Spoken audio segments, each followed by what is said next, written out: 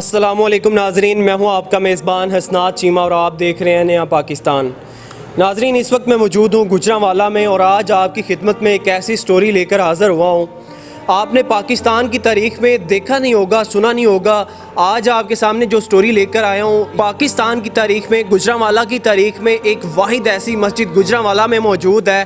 جہاں پہ کسی فرقے کی کوئی بات نہیں کی جاتی، جہاں پہ ہر فرقے کا نمازی نماز ادا کر سکتا ہے، جہاں پہ سنی، وہابی، شیعہ، کوئی بھی دیوبندی ہو، کوئی بھی مسلک کا بندہ ہے وہ یہاں پہ آتا ہے اور نماز کی ادائیگی کرتا ہے۔ یہ ہمارے ساتھ ضیاء الراشدین صاحب موجود ہیں، ان سے ہم جاننے کی کوشش کریں گے یہاں پہ یہ سرپرست اعلیٰ کے فرائض سر انجام دے رہے ہیں۔ آپ کو ایک اور بات بتاتا چلوں کہ اس مسجد کی خوبصورت بات یہ ہے کہ اس مسجد میں نہ صرف طلبہ اور طلبات کو دینی تعلیم دی جاتی ہے، اس کے ساتھ ہی ساتھ دنیاوی تعلیم بھی یہاں پہ دی جاتی ہے۔ اس مسجد کی نیچے جو بیسمنٹ ہے اس کے اندر جو طالب علم ہیں ان کو کراٹے سکھائے جاتے ہیں اور جو طالبات ہیں ان کو سلائی کا کام بھی سکھایا جاتا ہے۔ ہم ان سے جاننے کی کوشش کریں گے کہ ان کو یہ آئیڈیا کیسے آیا، یہ کب سے یہاں پہ اس طرح ہو رہا ہے، اور یہ بھی جاننے کی کوشش کریں گے کہ آیا جو ہمارے ہاں دین کو مشکل بنا دیا گیا ہے، ہم ایک دوسرے کے پیچھے نماز ادا نہیں کرتے، یہ سننے میں آتا ہے اور ہم دیکھتے بھی ہیں ہر فرقے کا جو مولوی ہے وہ الگ ہوتا ہے، دین کو کیوں مشکل بنایا گیا ہے؟ سنی وہابی کے پیچھے نماز نہیں ادا کرتا، وہابی سنی کے پیچھے نماز نہیں ادا کرتا، دیوبندی جو ہے وہ شیعہ کی مسجد میں کبھی نہیں جاتا، اور یہاں پہ باقاعدہ دعوت دی جاتی ہے کہ آئیے ممبر رسول کے اوپر بیٹھیے اور خطبہ دیجیے، اور تمام مسالک کے لوگ سامنے بیٹھ کر ان کا خطبہ سنتے ہیں۔ تو ان سے جاننے کی کوشش کریں گے یہ کب سے ہے۔ السلام علیکم۔ وعلیکم السلام ورحمۃ اللہ۔ جناب بہت شکریہ، اور یہ بتائیں سب سے پہلے کہ یہ مسجد جو ہے اس میں تمام فرقے جو ہیں، تمام مسالک جو ہیں وہ کب سے یہاں پہ آ کے نماز کی ادائیگی کر رہے ہیں؟ یہ یہاں علاقے کے بڑے ہی مشہور شخصیت حاجی معراج الدین صاحب، انہوں نے بہت سال پہلے اس مسجد المدرسے کے لیے جگہ وقف کی، پھر انہوں نے بزرگوں کو یہ جگہ دی کہ آپ اس کی تعمیرات کریں۔ تو جب سے اس مسجد کی بنیاد رکھی والد صاحب نے، تو تب سے ہی والد صاحب نے اہل علاقہ سے یہ درخواست کی تھی کہ ہم نے یہ مسلک سے بالا تر ہو کے اس مسجد کی بنیاد رکھی ہے، تو یہاں دیوبندی، اہل حدیث، بریلوی، تمام مکتبہ فکر سے تعلق رکھنے والے لوگ یہاں آ کر نماز پڑھ سکتے ہیں۔ اور بڑی دلچسپ بات یہ ہے کہ والد صاحب اس سے پہلے پیپلز کالونی ایک مسجد تھی، مسلم مسجد، خواجہ طارق نائک صاحب ان کے والد صاحب کے ساتھ مل کے وہ مسجد ابو نے تعمیر کروائی، تو وہاں ابو نے تقریباً 14 سال خطبات جمعہ ارشاد کیا۔ تو وہاں 14 سال جن نمازیوں نے نماز پڑھی وہ والد صاحب سے ایک دن پوچھنے لگے، ایک وفد لے کر آئے کہ ہمارے بچے جو بچے تھے اب جوان ہو گئے ہیں، تو 14 برسوں میں انہوں نے یہاں جمعہ کی نماز ادا کی ہے، ہم ان سے پوچھتے ہیں کہ بیٹا آپ کون ہو؟ تو وہ مسجد بھی مسلکاً دیوبند تھی، تو وہ کہتے ہیں ہم مسلمان ہیں۔ تو وہ میرے والد صاحب کو کہنے لگے علامہ صاحب آپ نے 14 سال ان کو خطبات جمعہ ارشاد کیے، تو یہ 14 سال بعد جو ایک مسلک کی چھاپ ہوتی ہے، جو مسلک اصل میں ان کا مقصد یہ تھا کہ جو مسلک کی تعصب ہے نا وہ ہمارے بچوں میں نہیں ہے۔ 14 سال بعد آج یہ سارے بچے ہمارے یہ کہتے ہیں کہ ہم جو ہے دیوبندی، وہابی، بریلوی نہیں، ہم مسلمان ہیں۔ ابو مسکرائے کہنے لگے بس یہی میں چاہتا تھا اور میں کامیاب ہو گیا۔ فیصل آباد والد صاحب نے ایک مسجد بنائی تھی، اس کا نام تھا محمدی مسجد، اس کا نام بھی محمدی تھا، اور آج بھی الحمدللہ وہاں آپ چلے جائیں وہاں پر بھی یہی حسین آپ کو گلدستہ ملے گا، وہاں دیوبندی، بریلوی، وہابی یعنی سنی تمام بھائی مل کے وہاں جو ہے نا نمازیں ادا کرتے ہیں۔ یہاں اس مسجد میں بھی الحمدللہ کبھی فرقہ وارانہ گفتگو نہیں ہوئی، اور کبھی کوئی جھگڑا نہیں ہوا، کبھی کسی کے ساتھ تو تکرار نہیں ہوئی، کبھی کسی اہل حدیث نے کسی دیوبندی سے نہیں کہا بھائی تم رفع دین نہیں کرتے، یا کسی دیوبندی نے اہل حدیث سے نہیں کہا کہ یار تم رفع دین کیوں کرتے ہو، یا اگر اقامت کوئی کہہ رہا ہے تو وہ سنگل کہہ رہا ہے تو کبھی کسی سنی نے یہ نہیں کہا کہ بھئی یہ سنگل اقامت آپ کیوں کہہ رہے ہیں۔ تو میرے والد محترم کو یہ کریڈٹ جاتا ہے، انہوں نے ان کی ساری زندگی کا مشن یہ تھا کہ پورے ملک سے فرقہ وارانہ جو عصبیت ہے اس کو ختم کیا جائے، اور الحمدللہ ہماری مسجد بھی فرقہ وارانہ تعصب سے پاک ہے۔ یہاں پہ لوگ آتے ہیں، آپ نے بتایا سنی بھی آتا ہے، اہل حدیث بھی آتا ہے، بریلوی بھی آتا ہے، دیوبندی بھی آتا ہے، شیعہ بھی آتے ہیں، لوگوں کو آپس میں کسی سے کوئی اختلاف نہیں ہوا کبھی؟ اصل میں یہاں فرقہ وارانہ گفتگو ہوتی نہیں ہے.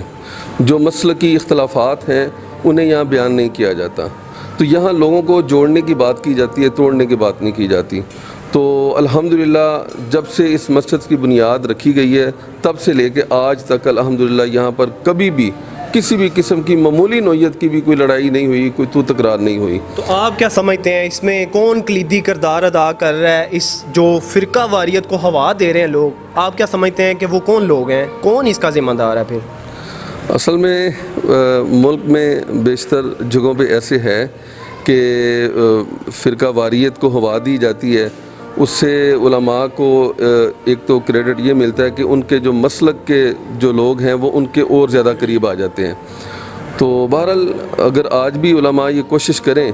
کہ ملک سے فرقہ واریت کا خاتمہ ہو, افتراق و انتشار ختم ہو, بھائی چارے کی فضا ہو, تو یہ علماء کے لیے مشکل نہیں ہے. والد محترم نے اس سلسلے میں کئی مرتبہ علماء کو, مختلف مکاتب فکر کے علماء کو ایک جگہ پہ اکٹھا کیا اور ان کے مختلف پروگرامات بھی کرائے, اور اس سلسلے میں بڑی حوصلہ افزا ان کو یعنی نتائج ملے. تو یہاں ابو جو یعنی ان کا نام ہے علامہ غلام سر راشدی, اللہ تعالیٰ ان کی بخشت فرمائے, ان کے درجات بلند کرے. تو یہاں پر بھی جب انہوں نے دروس دیے, ان کی گفتگو, ان کا کردار, ان کی شخصیت, وہ بھی ایک بڑا اثر رکھتی ہے اس سلسلے میں. یعنی کہ سال ہا سال کی محنت کے بعد یہ رنگ لایا کہ آج اس علاقے کے اندر کوئی ایسا بندہ موجود نہیں ہے جو یہ کہے میں سنی ہوں, میں شیعہ ہوں, میں وہابی ہوں, میں دیوبندی ہوں, میں بریلوی ہوں. ہر بندہ یہاں پہ یہی کہہ رہا ہے کہ ہم مسلمان ہیں, اور ایک دوسرے کے پیچھے, مزے کی بات یہ ہے کہ ایک دوسرے کے پیچھے نماز ادا کر رہے ہیں اور یہاں پہ خطبات بھی دیتے ہیں. ہاں, رمضان المبارک میں خاص طور پہ ابھی 2-3 جو رمضان گزرے ہیں, یہ لاک ڈاؤن کا مسئلہ تھا کرونا کی وجہ سے,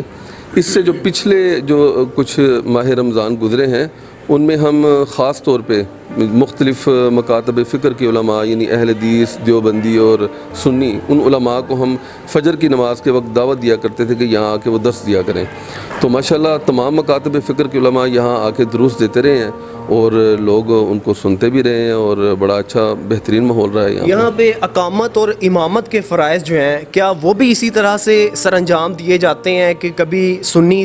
امام ہے اور اقامت جو کروا رہا ہے وہ وہابی ہے؟ جی, کئی مرتبہ ایسے ہوتا ہے. اب قاری صاحب یہاں نہیں ہیں تو اب کبھی اہل حدیث یہاں پر امامت کروا رہے ہوتے ہیں, کبھی دیوبندی یہاں امام ہوتے ہیں, کبھی وہ سنیوں کے ہوتے ہیں, اور ایسے ہی ہمارے مقتدی ہیں. اور مقتدی بھی ہمارے ماشاءاللہ اب بڑے سلجھے ہوئے ہیں, انہوں نے بھی کبھی کسی پر کوئی نکتہ چینی نہیں کی, کبھی کسی پر اعتراض نہیں کیا. پہلے ابتدائی کچھ سالوں میں یہ ہوا کہ بعض ہمارے جو سنی حضرات ہیں انہوں نے تعجب کا اظہار کیا کہ یار وہ آپ نے سنا نہیں ہے کہ انہوں نے سنگل تکبیر پڑھی ہے تو ایسے نماز ہو جاتی ہے. ان سے ہم نے گزارش کی کہ بالکل